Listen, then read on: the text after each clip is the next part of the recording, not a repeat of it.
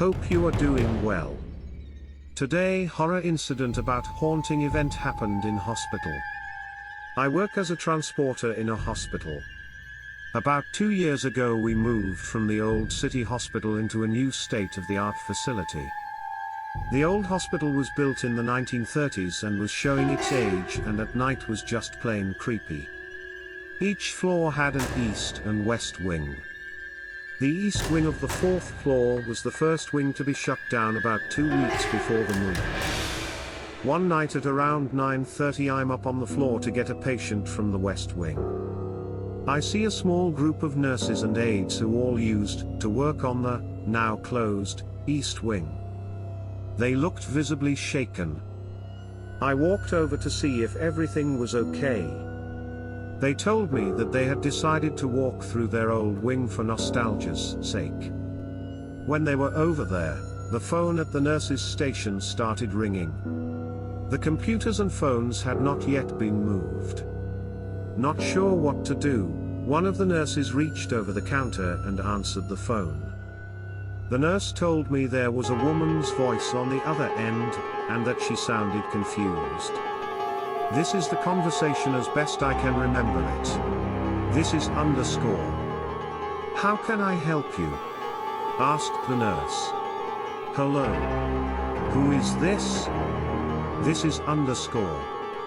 I'm a nurse. Is there anything I can help you with? Where am I? This is hospital name. Are you patient here? Oh. Okay. Then the line went dead. That's when the nurse finally looked at the screen on the phone to see where the call was coming from. The phone gave the room number directly next to the nurse's station. The rooms by this point had all been cleared out and the phones removed.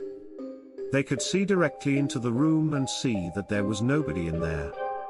That's when they bolted towards the west wing where I was getting off the elevator. I avoided that wing for the rest of my time there. My mother started working at the hospital right out of college. It was the only job she had ever known. On moving day, she was determined to walk through every hallway before leaving for the last time.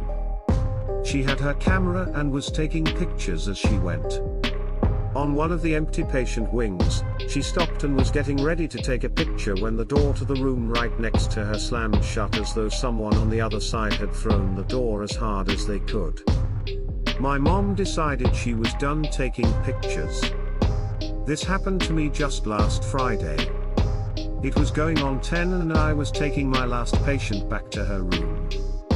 She was a little old lady who was stable enough to ride in a wheelchair but definitely needed assistance on her feet. I got her back to her room and helped her into bed. I made sure she was comfortable and set the bed alarm before turning out the lights and leaving her room. I pulled the curtain behind me so as to not let too much light in but not all the way so that I could still see her in bed from the hallway. Her nurse was in the room next door and I needed to speak with her. While I was standing there, waiting for the nurse to come out of the other room, I distinctly saw a person walk past the curtain inside the old woman's room. The person was about the same height as the woman and had the same grey hair. At first I thought, she shouldn't be up walking around. Then I remembered the bed alarm was set. The room was totally silent and when I looked in, I could see her still lying there exactly where I had left her. She had not moved an inch and the bed alarm was still armed. That's when I got the most intense full body chills of my life.